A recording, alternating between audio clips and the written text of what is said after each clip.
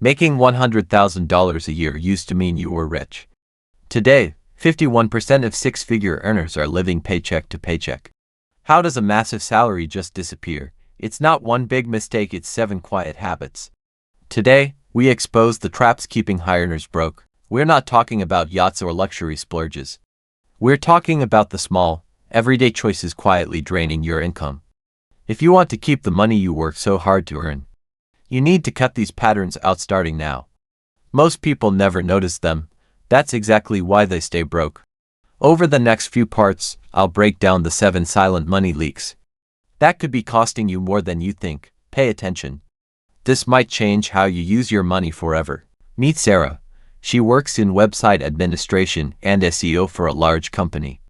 Her job requires precision, data analysis, and constant problem solving. Every day she studies analytics dashboards, optimizes search performance, and manages complex digital systems. In many ways, Sarah is extremely disciplined. Her career reflects that. After years of experience and skill development, she now earns well over $110,000 a year. On paper, everything looks great. Stable career, strong income, high demand skills. Most people looking at Sarah's situation would assume she's financially thriving. But behind the scenes, the reality is very different. Despite her analytical mindset at work, Sarah's personal finances feel chaotic. Her savings account barely grows. Credit card balances occasionally creep up, and at the end of many months, she finds herself wondering where so much of her income actually went. The surprising part, Sarah isn't irresponsible. She pays her bills on time.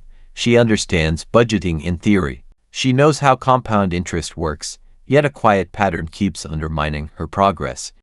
It shows up in small decisions throughout her daily life. Ordering food instead of cooking because she worked hard that week. Booking ride shares instead of public transportation because it's more convenient. Buying premium tools, services, and upgrades because they make life a little easier. Each time she tells herself the same thing: I deserve this. After long workdays and stressful projects, those words feel reasonable, even justified, and individually, none of the expenses seem outrageous. A convenience here, a reward there, a small upgrade to make life smoother. But over time, these conveniences slowly transform from occasional treats into daily habits. What once felt like a reward begins to feel like a requirement. And without realizing it, Sarah has fallen into one of the most common financial traps among high earners, turning luxuries into necessities. Sarah's situation isn't caused by one big mistake. It's a collection of habits that look smart, but quietly drain her finances. We'll break down all of them, but a few stand out. First, upgrading lifestyle with every income increase. Every time Sarah's salary improved, something in her life improved with it. A better phone, a more expensive workspace setup. The idea of eventually upgrading her car. Individually, these upgrades felt earned.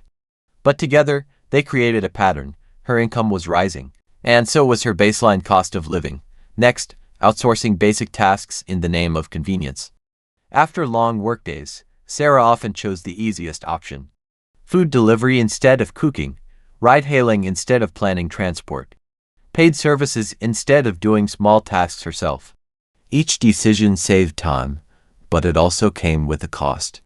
Daily convenience turned into daily spending, and daily spending turned into hundreds, sometimes thousands per month. Then there were expensive hobbies and purchases that didn't last, subscriptions for tools she rarely used, courses she never completed, equipment bought with excitement, and then forgotten. The intention was good: growth, learning, enjoyment. But without consistent use, those purchases became silent financial weight. And here's what makes these habits dangerous. They don't feel like mistakes. They feel like self-care. Like rewards for hard work, like smart ways to save time, like investments in a better lifestyle. Sarah wasn't thinking, I'm overspending. She was thinking, I deserve this. And that's the trap. When spending is justified emotionally, it becomes harder to question logically. Over time, these reasonable decisions stack on top of each other. Until one day, despite a high income, there's very little left to build real wealth. Because the problem isn't obvious overspending. It's camouflage spending, Habits that look productive, helpful, even necessary, but quietly consume the financial progress you worked so hard to achieve. What's really happening in Sarah's case isn't just about money. It's psychological. At the center of it is something called the hedonic treadmill. As income rises, expectations rise with it. What once felt like a luxury quickly becomes normal. And once it becomes normal, it no longer feels satisfying. So the brain looks for the next upgrade, a better service, a faster option, a more comfortable experience, not because you need it, but because the previous level no longer gives the same emotional reward. And for high earners like Sarah, this effect accelerates. Why? Because there's another layer involved: self-worth. When you work in a demanding, high-performance job, it's easy to start linking your success to what you can afford. Better income starts to feel like permission. Permission to upgrade, permission to spend, permission to live at your level. Then comes stress, long hours, deadlines, constant mental pressure, and after a stressful day, the brain looks for relief. This is where spending steps in. Ordering food feels like a reward. Buying something new feels exciting. Choosing convenience feels justified. Behind the scenes, your brain is releasing dopamine, the feel-good chemical.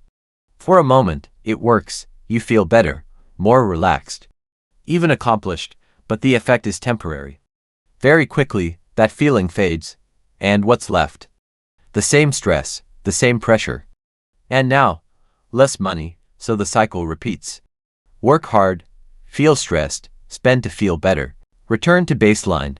This is the treadmill. You're constantly moving, earning, spending, rewarding yourself, but not actually progressing financially. And that's what makes it so dangerous. It doesn't feel like a problem. It feels like coping, like rewarding yourself, like living the life you worked for. But without awareness, it quietly turns income into temporary relief instead of long-term freedom. Pause for a moment and think about this honestly. Open your credit card statement or picture it in your mind. Now look beyond the categories, look beyond the totals. Ask yourself a simple question: how many of those purchases were made? Not because you needed them, but because you had a hard day, a long meeting, a stressful deadline, a moment where you just wanted relief. Maybe it was food delivery, a quick online order, a small treat to feel better. In the moment, it felt justified, even necessary. But looking back, was it? This isn't about guilt, it's about awareness.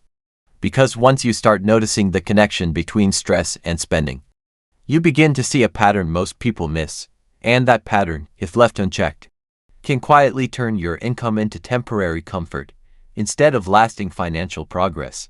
At some point, Sarah stopped guessing and started looking, not casually, not when she felt like it. She did a full audit of her life.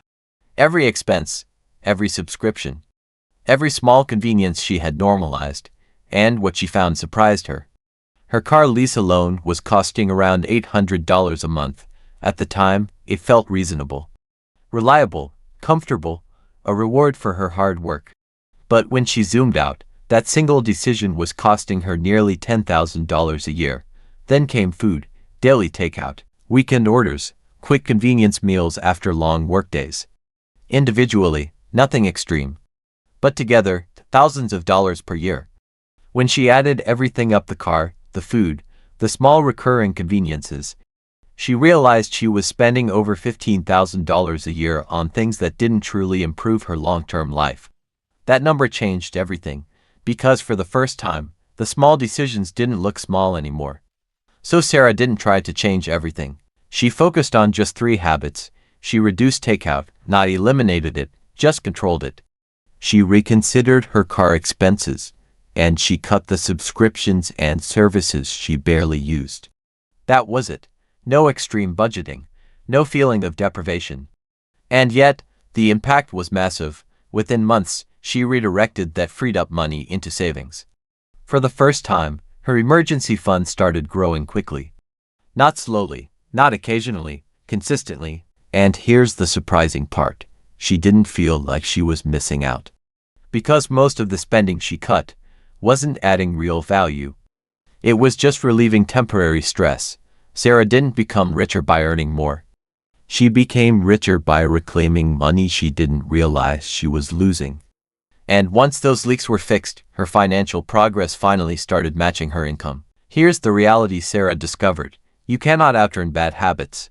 It doesn't matter how high your salary goes. It doesn't matter how many raises you get.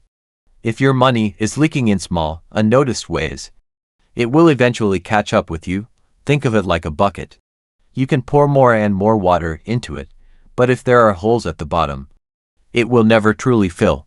That's what those habits were. Not obvious mistakes, just small leaks, convenient spending, emotional rewards, unquestioned upgrades, individually harmless, collectively draining. And the shift happens when you realize this. Wealth isn't built by how much you spend to feel better. It's built by how much you're able to keep and grow over time. The moment you fix the leaks, your income finally starts working for you, instead of quietly slipping away. Now it's your turn. Out of everything we talked about, the convenient spending, the I deserve it mindset, the small daily habits, which one is draining your money the fastest? Be honest with yourself, because the habit you recognize is the one you can change. Drop it in the comments. Let's break it down together, and more importantly, let's talk about how to break the cycle before it quietly drains another year of your income.